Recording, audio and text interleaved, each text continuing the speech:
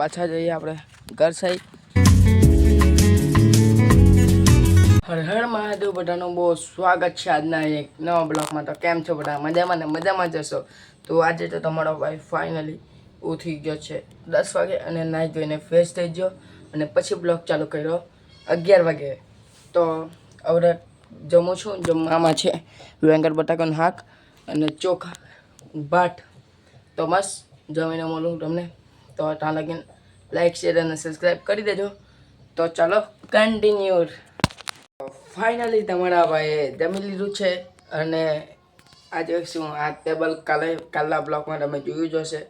Table લાવેલા નવી કે મામનતાથી. તો જોઈ શકો છો તમે, મેં મસ્ત પડદો ઉડાડી દીધો અને હાથે આ હનુમાન દાદાનું ઉપર મૂકી દીધું. અને એ કેવું લાગે જરાક કોમેન્ટ કરજો. અને મને તો સારું લાગે. તો બસ હાલો હવે જઈએ આપણે તાપીએ.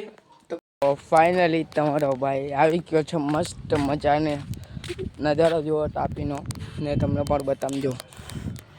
આજે આવ્યો છે તમારો ભાઈ બીજી જગ્યાએ ઓલી સાઈડ મંદિર સાઈડ. અને આજે આવ્યો હું આ ભાઈ હાઈસ્કૂલ બાજુ, હાઈસ્કૂલ કે નિહાર બાજુ. તો મસ્ત આગળ છે નિહાર અને તાપીનો નજારો જોઈ શકો છો તમે. અને આપણે બને છે મસ્ત મજાનો કો જુઓ. તો બસ આવું જ આપણા બ્લોગમાં આવતું રહે અને તમે મસ્ત જોતા રહેજો. તો લાઈક કરી દો.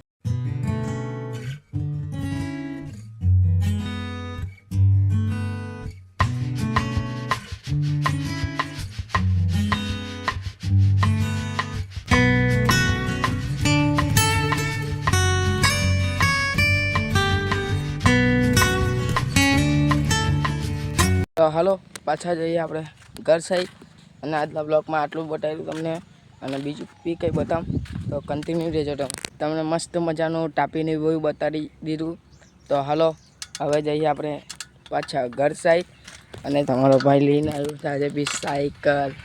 અને કાલના બ્લોગ જોજો, નહીં જોયો હોય તે ફટાફટ જોઈને આવો કેવો છે. ફાઇનલી પાછો આવી ગયો છું ઘર સાઈડ. તમે જોઈ શકો છો તમારા ભાઈએ સાયકલ કઈ રીતે મૂકી, કેમ કે એનું સ્ટેન્ડ નથી. તો પછી એ રીતે જ મૂકવું પડે. તો મૂકી દીધી.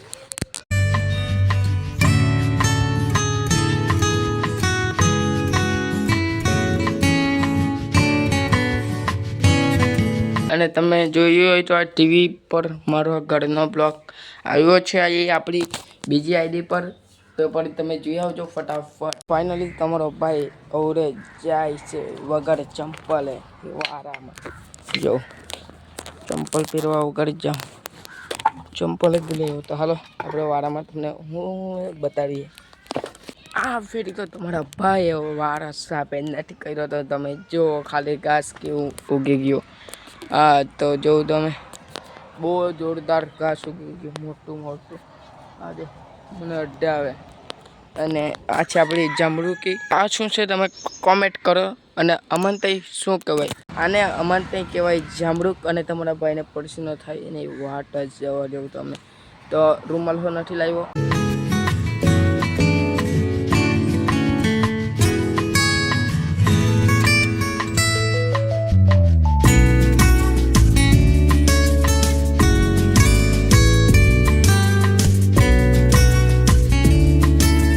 વાડામાં તો તમારો ભાઈ આવી ગયો. અને વાડામાં શું શું છે એ પણ તમને બતાવી દઉં. આ જો આ છે લીમડો. જો લીમડો જ છે આપણા વાડામાં. ખાલી આ ફેરી આપણે લીમડો રોકેલો છે.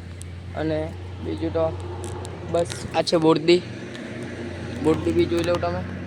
અને આ છે પીપળો. અને આ છે આપણો નર. વાડામાં નર તો જોવો ને, પાણી પીયા કોઈ દાડો. તો હાલો હવે જઈએ આપણે ઉપર. જોઈ શકો છો વાગે ગયા છે 12 વાગવાના. અને હવે તમારો ભાઈ કરશે વિડીયો એડિટિંગ કાલનો. તો હાલો વિડીયો એડિટિંગ કરીએ. ફાઇનલી તમારો ભાઈ બેસી ગયો છે વિડીયો એડિટિંગ કરવા. તો હાલો વિડીયો એડિટિંગ કરી લઈએ અને પછી તમને મળીએ. અને ટેબલ તો મેં એમ જ લાવેલો છું. કોઈ દાડા કામ આવડે ખરે લેપટોપ એવું તો નથી કે લેપટોપમાં વિડીયો એડિટિંગ કરીએ.